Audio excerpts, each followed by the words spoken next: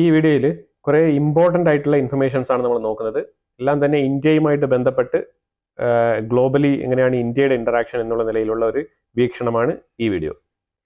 അപ്പോൾ ഇതിനകത്ത് ഇന്ത്യയിൽ തുടരെ നടക്കുന്ന കുറേ സംഭവ വികാസങ്ങളുണ്ട്. അതിനകത്ത് ഏറ്റവും ഇമ്പോർട്ടൻ്റ് ആയിട്ട് നമ്മൾ നോക്കുന്നത് ഇന്ത്യ സൈബർ സെക്യൂരിറ്റിയിൽ കൂടുതൽ ഇൻവെസ്റ്റ്മെൻറ്റ് നടത്തി അതിലേക്ക് കൂടുതൽ ഫോക്കസ് ചെയ്യാനുള്ള തീരുമാനത്തിലാണ് ഉള്ളത്. ഈ സൈബർ സെക്യൂരിറ്റിയിൽ വളരെ മികവ് നേടിയ രാജ്യങ്ങളുമായിട്ട് ബന്ധപ്പെട്ട് സൈബർ സെക്യൂരിറ്റി മേഖല ഇന്ത്യക്കുള്ളിൽ കൂടുതൽ ശക്തിപ്പെടുത്താൻ തീരുമാനിക്കുന്നുണ്ട്. അതിന്റെ കാരണം വരുന്നുണ്ട്. ആ കാര്യം വളരെ വ്യക്തമാണ്. ഈ വിഷയത്തിൽ ഇന്ത്യയെ ചുറ്റിപ്പറ്റി കിടക്കുന്ന അയൽ രാജ്യങ്ങൾ തന്നെ ഇന്ത്യക്കുള്ളിൽ ഫേക്ക് നറേറ്റീവ് ആയിട്ടുള്ള മെസ്സേജുകൾ ഇങ്ങനെ സ്പ്രെഡ് ചെയ്യാനും അതിനെ തുടർന്ന് ഇന്ത്യക്കുള്ളിൽ കലാപം വരെ സൃഷ്ടിക്കാനുള്ള രീതിയിലുള്ള ആഹ്വാനങ്ങൾ നടത്തിക്കൊണ്ടുള്ള മെസ്സേജുകൾ ഇന്ത്യക്കുള്ളിൽ സ്പ്രെഡ് ചെയ്യുന്നതായിട്ട് മനസ്സിലാക്കിയിട്ടുണ്ട്. അപ്പം വളരെ ഡീപ്പ് റൂട്ടിൽ സൈബർ സെക്യൂരിറ്റി സ്ട്രെങ്തൻ ചെയ്യേണ്ട ഒരു ആവശ്യം ഇന്ത്യക്ക് ഉണ്ട് എന്ന് ഇന്ത്യ തിരിച്ചറിഞ്ഞിട്ടുണ്ട്. ഇത് പണ്ടേ തിരിച്ചറിഞ്ഞ കാര്യമാണ്. പക്ഷേ എഫക്റ്റീവ് ആയിട്ടുള്ള നടപടിക്രമങ്ങൾ ഇതുവരെ മുന്നോട്ട് കൊണ്ടുപോയിട്ടില്ല. അപ്പോൾ അതുകൊണ്ട് external affairs minister Jaishankar Latvia, Lithuania, Estonia ഈ 3 രാജ്യങ്ങൾ, ഇതെല്ലാം ബാൾട്ടിക് റീജിയനിൽ കിടക്കുന്ന രാജ്യങ്ങളാണ്. ഈ 3 രാജ്യങ്ങളുമായിട്ട് ചർച്ച നടത്തി സൈബർ സെക്യൂരിറ്റിയിൽ കൂടുതൽ ഇൻവെസ്റ്റ്മെന്റ് നടത്തിക്കൊണ്ട് അതിൽ മികവ് പുലർത്താൻ വേണ്ടിയിട്ട് കൂടുതൽ സൈബർ സെക്യൂരിറ്റി ഈ ഒരു സുരക്ഷിതത്വം ഉറപ്പാക്കാൻ, ഈ സൈബർ സുരക്ഷിതത്വം ഉറപ്പാക്കാൻ വേണ്ടിയിട്ടുള്ള കഠിന ശ്രമത്തിലാണ് ഇന്ത്യ മുന്നോട്ട് പോകുന്നത്. പിന്നെ ഇപ്പം റീസെന്റ് ആയിട്ട് നടന്നു വരുന്ന യുദ്ധങ്ങളിൽ ഗാസയിലായിക്കോട്ടെ, അതേപോലെ തന്നെ ഉക്രൈനിലായിക്കോട്ടെ, കമിക്കാസ് ഡ്രോൺ, ഈ കമിക്കാസ് ഡ്രോൺ എന്ന് പറയുമ്പോഴത്തേക്കും വളരെ നിസാര വിലയ്ക്ക്, അതായത് $500 എങ്ങാണ്ടാണ് ഒരു കമിക്കാസ് ഡ്രോണിന് വില വരുന്നത്. അപ്പൊ അതുകൊണ്ട് തന്നെ വളരെ ചീപ്പായിട്ടുള്ള ഒരു എക്യുപ്മെന്റ് ആയിട്ടും പക്ഷെ വളരെ ബ്രില്യൻ്റ് ആയിട്ട് ഉപയോഗിക്കാൻ പറ്റുന്ന രീതിയിലുള്ള ഒരു വെപ്പൺ ആയിട്ട് ഇത് ഡെവലപ്പ് ആയിട്ടുണ്ട്. അതാണ് ഇപ്പോൾ റീസെന്റ് ആയിട്ട് ഈ മോഡേൺ ഡേയ്സിൽ നടന്നു വരുന്ന യുദ്ധങ്ങളിലെല്ലാം തെളിയിച്ചുകൊണ്ടിരിക്കുന്നത്. അപ്പൊ ഈ കമിക്കാസ് ഡ്രോണുമായിട്ട് ബന്ധപ്പെട്ട് അതേ സിമിലർ കാറ്റഗറിയിലുള്ള ഡ്രോൺ ഉൽപ്പാദിപ്പിക്കാൻ വേണ്ടിയിട്ട് ഇന്ത്യ കൂടുതൽ ഇൻവെസ്റ്റ്മെന്റ് ചെയ്യാൻ തയ്യാറായിട്ടുണ്ട്. അപ്പൊ ഈ ഒരു കോൺട്രാക്ട് മെയിൻ ആയിട്ട് ടാറ്റ അഡ്വാൻസ്ഡ് ടെക്നോളജീസുമായിട്ട് ബന്ധപ്പെട്ടാണ് ഇത് ആദ്യമേ ഇതിന്റെ ചർച്ചകൾ പുരോഗമിക്കുന്നത്. അപ്പൊ ഇതുമായിട്ട് ബന്ധപ്പെട്ട് കൂടുതൽ ഇത്തരത്തിലുള്ള ഡ്രോണുകൾ ഉൽപ്പാദിപ്പിക്കാൻ, അതിനോടൊപ്പം ആർട്ടിഫിഷ്യൽ ഇന്റലിജൻസ്, അതേപോലെ തന്നെ ഇന്റലിജൻസ് വിവരങ്ങൾ ചോർത്തിയെടുക്കാനുള്ള കപ്പാസിറ്റി, അതുപോലെ തന്നെ കറക്റ്റായിട്ട് ടാർഗറ്റിനെ കണ്ട് സ്ട്രൈക്ക് ചെയ്യാനുള്ള കപ്പാസിറ്റി, ഇതെല്ലാം തന്നെ കമിക്കാസ് ഡ്രോണിന്റെ പ്രത്യേകതകളാണ്. അപ്പൊ അതിന്റെ ഉൽപാദനം എങ്ങനെ ഇന്ത്യക്കുള്ളിൽ നടത്താം എന്നുള്ള വിഷയത്തെക്കുറിച്ചുള്ള, എങ്ങനെയാണ് നമുക്ക് കൂടുതൽ ആ ഒരു കാറ്റഗറിയിൽ പെടുന്ന ഡ്രോൺ ഉൽപ്പാദിപ്പിക്കാം എന്നുള്ള ചർച്ചകൾ ഇന്ത്യക്കുള്ളിൽ നടക്കുന്നുണ്ട്. അപ്പൊ അതില് ടാറ്റയൊക്കെ വളരെ ആക്റ്റീവ് ആയിട്ടുള്ള പാർട്ടിസിപ്പന്റ് ആണ്. ടാറ്റ മാത്രമല്ല, ഇതിൽ ഒരുപാട് കമ്പനികൾ പാർട്ടിസിപ്പേറ്റ് ചെയ്യുന്നുണ്ട്. റഷ്യയുടെ ഫോറിൻ മിനിസ്റ്റർ സെർജി ലാബ്രോ ഇന്ത്യയുമായിട്ട് ഡിസ്കഷൻ ചെയ്യുന്നുണ്ട്. ഗ്ലോബൽ സ്റ്റേജിൽ ഇന്ത്യ റഷ്യ റിലേഷൻഷിപ്പിനെ കുറച്ചുകൂടെ എക്സ്പാൻഡ് ചെയ്യാൻ റഷ്യ താല്പര്യപ്പെടുന്നു. അപ്പൊ അത് ഇന്ത്യയുമായിട്ട് തന്നെയാണ് ആ ചർച്ച നടത്തിയത്. തീർച്ചയായിട്ടും ഇന്ത്യ റഷ്യ പണ്ട് തൊട്ടേ സ്ട്രോങ് ഹോൾഡ് പാർട്ട്ണർഷിപ്പിൽ ഇരിക്കുന്ന 2 രാജ്യങ്ങളാണ്. അപ്പൊ അതുകൊണ്ട് അതിനകത്ത് പ്രത്യേകിച്ച് നമ്മൾ എടുത്ത് പറയേണ്ടതൊന്നുമില്ല. 90% ആയുധങ്ങൾ തന്നെ റഷ്യയുടെ സൈഡിൽ നിന്നുള്ളതാണ്. അതുപോലെ തന്നെ നമ്മളുടെ ISROക്കൊക്കെ ക്രയോജനിക് എഞ്ചിൻ ഉൾപ്പെടെയുള്ള വിഷയങ്ങളിൽ ഏറ്റവും കൂടുതൽ കോൺട്രിബ്യൂട്ട് ചെയ്തിരിക്കുന്നത് ടെക്നോളജി വൈസ് റഷ്യയാണ്. അപ്പൊ അതുകൊണ്ട് തന്നെ നമുക്കൊരിക്കലും അങ്ങനെ റഷ്യയെ ഇഗ്നോർ ചെയ്തിട്ട് പോകാൻ സാധ്യമല്ല എന്നുള്ളതാണ്. പിന്നെ റഷ്യ ഉക്രൈൻ യുദ്ധമായിക്കോട്ടെ, അതൊക്കെ ഏത് രീതിയിലുള്ള ഗ്ലോബൽ സ്റ്റാൻഡ് ജിയോ പൊളിറ്റിക്കൽ മാറ്റം ഉണ്ടാക്കിയാൽ തന്നെയും റഷ്യ ഇന്ത്യ ബന്ധത്തിൽ ഇതൊന്നും യാതൊരു തടസ്സവും സൃഷ്ടിക്കുന്ന വിഷയങ്ങളല്ല എന്നുള്ളതാണ് നമ്മൾ മനസ്സിലാക്കേണ്ടത്. ഇന്ത്യയുടെ ഗ്രോത്തില് റഷ്യക്ക് നിർണായക പങ്കുണ്ടെന്നുള്ളത് ഓരോ ഇന്ത്യക്കാരനും നിഷേധിക്കാൻ കഴിയാത്ത യാഥാർത്ഥ്യമാണ്. അത് ഉൾക്കൊണ്ടോണ്ടേ നമുക്കൊരു ഇന്ത്യക്കാരനായിട്ട് മുന്നോട്ട് പോകാൻ കഴിയൂ. ഈ സോഷ്യൽ മീഡിയയിൽ ഒരുപാട് ഫേക്ക് ന്യൂസുകൾ ഇന്ത്യയെക്കുറിച്ച് സ്പ്രെഡ് ചെയ്യാൻ ഏറ്റവും കൂടുതൽ മുൻപന്തിയിൽ നിൽക്കുന്ന അയൽ രാജ്യം ബംഗ്ലാദേശാണ്. പറയാതിരിക്കാൻ വയ്യ. ഇപ്പൊ ബംഗ്ലാദേശിന്റെ ആർമി ചീഫ് വക്കാറുസ്സമാൻ സ്ട്രൈറ്റ് ആയിട്ട് തന്നെ മുഹമ്മദ് യൂനസ് ഭരിക്കുന്ന Bangladesh social media fake narrative മെസ്സേജുകൾ സ്പ്രെഡ് ചെയ്യുന്നതിൽ നമ്പർ 1 ആണെന്ന് വക്കാറുസ്സമാൻ, ആ രാജ്യത്തിന്റെ ആർമി ചീഫ് തന്നെ പുറത്തു പറഞ്ഞിട്ടുണ്ട്. ഇതിനേക്കാളും കൂടുതൽ തെളിവുകൾ ഇനി വേറെ എവിടെയെങ്കിലും കിട്ടാനുണ്ടോ? ബെസ്റ്റ് എക്സാമ്പിൾ എന്ന് പറഞ്ഞാൽ റീസെന്റ് ആയിട്ട് ഇന്ത്യയിൽ നടക്കാനിരുന്ന ഒരു കലാപം, അതിന് തിരികൊളുത്തിയതിന് സോഷ്യൽ മീഡിയ പോസ്റ്റുകൾ, ഫേക്ക് സോഷ്യൽ മീഡിയ പോസ്റ്റുകൾ, അതിന്റെ അന്വേഷണം ചെന്നെത്തിയത് ബംഗ്ലാദേശിലാണ്. ഏതാണ്ട് പ്രത്യേകം 13 സ്പെസിഫിക് സോഷ്യൽ മീഡിയ അക്കൗണ്ടിൽ നിന്നാണ് ഇന്ത്യക്കെതിരെയുള്ള ഫസ്റ്റ് മെസ്സേജ് സ്പ്രെഡ് ആയത്. അതായത് ഈ മഹാരാഷ്ട്രയിൽ നിലവിൽ ഔറംഗസീബിന്റെ ഖബറിനെ ചൊല്ലിയുള്ള ഒരു തർക്കം, ആ തർക്കത്തില് ആ ഖബർ നിലനിൽക്കുന്ന ആ സ്ഥലത്ത് എഴുതി വെച്ചിരിക്കുന്ന ചില മതപരമായ ലിപി അത് തകർക്കപ്പെട്ടെന്നും അത് തകർക്കാൻ ഇന്ത്യയിൽ ഒരു പ്രത്യേക മതവിഭാഗത്തിലുള്ള ആൾക്കാരാണ് അതിന് തുനിഞ്ഞതെന്നുള്ള രീതിയിലുള്ള ഫേക്ക് മെസ്സേജുകളാണ് ഇന്ത്യ ഒട്ടാകെ പ്രചരിപ്പിച്ചത്. ഇത് പ്രചരിപ്പിച്ചതിന്റെ അജണ്ട എന്ന് പറഞ്ഞാൽ വർഗീയ കലാപം ഇന്ത്യക്കുള്ളിൽ സൃഷ്ടിക്കുക എന്നുള്ള ഒരു ഉദ്ദേശത്തോടു കൂടിയാണ് ഈ മെസ്സേജുകൾ സ്പ്രെഡ് ചെയ്യപ്പെട്ടിരിക്കുന്നത്. ഇത് ഇന്ത്യയുടെ ഇന്റലിജൻസ് കണ്ടെത്തിയത് ഈ മെസ്സേജുകൾ പ്രാഥമികമായിട്ട് പ്രൈമറി അക്കൗണ്ട് ആയിട്ടുള്ള 13 അക്കൗണ്ടുകളിൽ നിന്നാണ് ഈ ഒരു മെസ്സേജ് സ്പ്രെഡ് ചെയ്യപ്പെട്ടത്. പക്ഷെ അങ്ങനെ ഒരു ലിപി, മതപരമായ ലിപി അവിടെ ആ ഒരു ഔറംഗസീബിന്റെ ഖബർസ്ഥാനിൽ ആരും പൊട്ടിച്ച് കളഞ്ഞിട്ടില്ല, അതാരും നശിപ്പിച്ച് കളഞ്ഞിട്ടില്ല എന്നുള്ളതാണ്. അതാണ് യാഥാർത്ഥ്യം. ശരിയാണ്, അതിനെ ചൊല്ലി ചില അലിഗേഷൻസും ഒരു സിനിമ ഇറങ്ങിയതിനെ ചൊല്ലി ചില രീതിയിലുള്ള പരാമർശങ്ങളൊക്കെ അതിനെതിരെ ഉണ്ടായിരുന്നു എന്നുള്ളത് വസ്തുതാപരമായിട്ടുള്ള കാര്യമാണ്. പക്ഷേ ഇന്ത്യക്കുള്ളിൽ ഇങ്ങനെ ഒരു സംഭവം ഉണ്ടായി കാണാൻ കാത്തിരിപ്പുണ്ട് കഴുകൻ കണ്ണുകളുമായിട്ട് തൊട്ടടുത്ത അയൽ രാജ്യങ്ങൾ എന്നുള്ള പേരിൽ.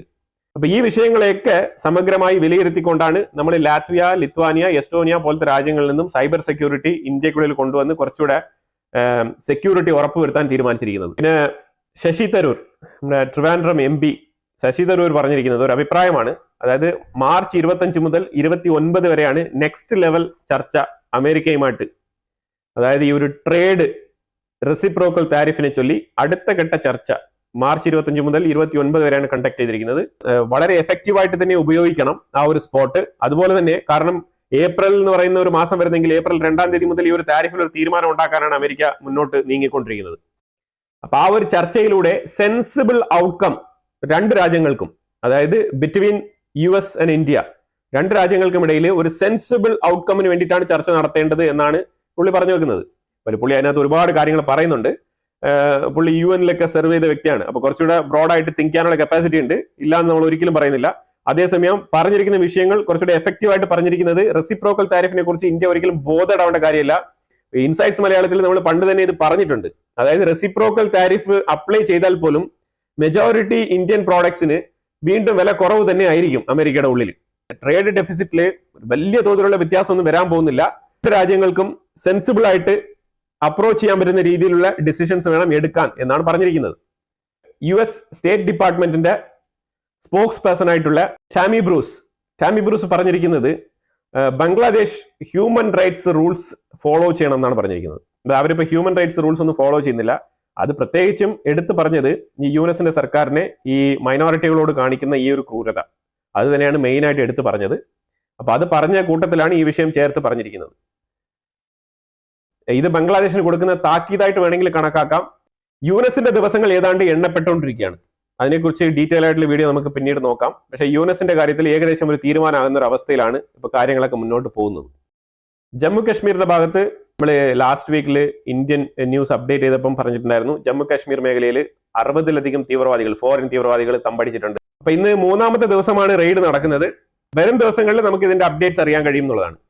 നമുക്ക് എല്ലാവർക്കും മനസ്സിലായ കാര്യമാണ്, പാകിസ്ഥാൻ ബലൂചിസ്ഥാൻ ആർമിയുടെ അടുത്ത് നിരുപാധികം പരാജയപ്പെട്ടുകൊണ്ടിരിക്കുന്നത്. പാകിസ്ഥാൻ ഇപ്പം ഡയറക്റ്റ് ആയിട്ട് ഈ ബലൂച്ച് ആർമിയുടെ അടുത്ത് ഏറ്റുമുട്ടാൻ ധൈര്യമില്ലാത്തത് കൊണ്ടോ അല്ലെങ്കിൽ അതിനുള്ള കപ്പാസിറ്റി ഇല്ലാത്തത് കൊണ്ടോ അതിനുള്ള കേപ്പബിലിറ്റി ഇല്ലാത്തത് കൊണ്ടോ ആ ഒരു പൊട്ടൻഷ്യൽ പാക് ആർമിക്ക് ഇല്ലാത്തത് കൊണ്ടോ ഇപ്പൊ വേറൊരു രീതിയിലുള്ള ഒരു മെത്തേഡാണ് ഇപ്പൊ ഫോളോ ചെയ്യുന്നത്. ഇപ്പൊ അതിന് അവരെടുത്തിരിക്കുന്ന ഒരു രീതി എന്ന് പറഞ്ഞാൽ, ഈ ബലൂചിസ്ഥാനിൽ എഡ്യൂക്കേറ്റഡ് ആയിട്ടുള്ള ആൾക്കാർ, കുറെ ആൾക്കാർ പാകിസ്ഥാന്റെ ഉള്ളിലൊക്കെ ജോലി ചെയ്യുന്നുണ്ട്, അവരെയൊക്കെ തെരഞ്ഞു പിടിച്ച് ഇപ്പൊ അറസ്റ്റ് ചെയ്യുന്ന ഒരു അവസ്ഥയിലാണ് ഇപ്പോൾ ഉള്ളത്. അപ്പൊ അതിൽ മാർച്ച് 24-ാം തീയതി സമീദീൻ ബലൂച്ച് എന്ന് പറഞ്ഞൊരു വ്യക്തിയെ അറസ്റ്റ് ചെയ്തിട്ടുണ്ട്. സമീദീൻ ബലൂച്ച് പാകിസ്ഥാന്റെ ഉള്ളിൽ എന്ന് പറഞ്ഞാൽ വേറെ പ്രൊവിൻസുകളിൽ വർക്ക് ചെയ്യുന്ന ആൾക്കാരാണ് ഇവരൊക്കെ. ഇത്ര നിലവാരമില്ലാത്ത അവസ്ഥയിലേക്ക് എത്തിപ്പെട്ടിരിക്കുന്നത്. അതായത് ആരാണോ ഈ കുറ്റകൃത്യം ചെയ്ത ആൾക്കാർ, ആരെയാണോ അറസ്റ്റ് ചെയ്യേണ്ടത് അവരെയൊക്കെ ഒഴിവാക്കിക്കൊണ്ട് നിരപരാധികളായിട്ടുള്ള ആൾക്കാരെ ഈ ജസ്റ്റ് ബലൂച്ച് എന്നുള്ളൊരു പേരുള്ളത് കൊണ്ട് മാത്രം അറസ്റ്റ് ചെയ്യുന്ന ഒരു സ്ഥിതിവിശേഷമാണ് ഇപ്പൊ പാകിസ്ഥാന്റെ ഉള്ളിൽ നടന്നുകൊണ്ടിരിക്കുന്നത്. ഇതിനെതിരെ ബലൂചിസ്ഥാൻ മേഖലയിൽ നല്ല രീതിയിൽ പ്രതിഷേധം നടക്കുന്നുണ്ട്. ക്വറ്റ എന്ന് പറഞ്ഞ ആ ഒരു പ്രദേശത്ത് ബലൂചിസ്ഥാന്റെ ആ ഒരു സിറ്റിയിൽ വെച്ചിട്ട് ദിവസേന പ്രതിഷേധങ്ങൾ, അതിനോടൊപ്പം സ്പീച്ചുകളും നടക്കുകയാണ്. ഡോക്ടർ മഹ്റങ് ബലൂച്ച് എന്ന് പറയുന്നത് ഒരു ആക്ടിവിസ്റ്റ് ആണ്. അവരും തന്നെ അവിടെ സ്പീച്ച് കൊടുക്കുന്നുണ്ട്. അതുപോലെ തന്നെ ഇവരെ പിന്തുടർന്ന് ഒരുപാട് ആൾക്കാർ അവിടെ വന്ന് സ്പീച്ച് കൊടുത്തുകൊണ്ടിരിക്കുകയാണ്. ശരിക്കും പറഞ്ഞാൽ ബലൂചിസ്ഥാന്റെ കൺട്രോൾ ഇപ്പൊ പാകിസ്ഥാന്റെ കയ്യിലില്ല. പാകിസ്ഥാൻ ലോസ്റ്റ് ബലൂചിസ്ഥാൻസ് കൺട്രോൾ, അതാണ് ഇപ്പൊ പൊതുവിൽ വന്നുകൊണ്ടിരിക്കുന്ന വാർത്ത.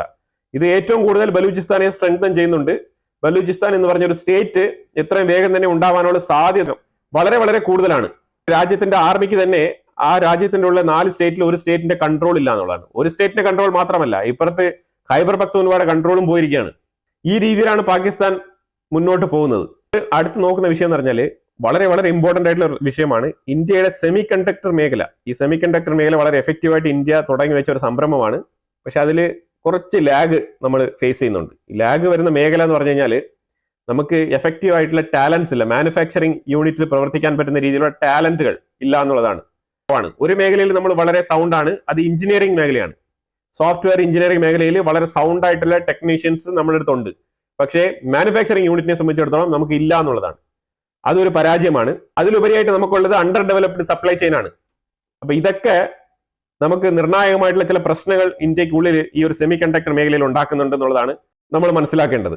അപ്പൊ അതിന് സെൻട്രൽ ഗവൺമെന്റ് കൂടുതൽ എഫക്റ്റീവ് ആയിട്ടുള്ള ചില പോളിസീസ് ഒക്കെ ഇംപ്ലിമെന്റ് ചെയ്യാൻ ശ്രമിക്കുന്നുണ്ട്. പക്ഷെ എന്നാലും ഇപ്പോൾ കുറച്ചുകൂടെ ലേറ്റായി.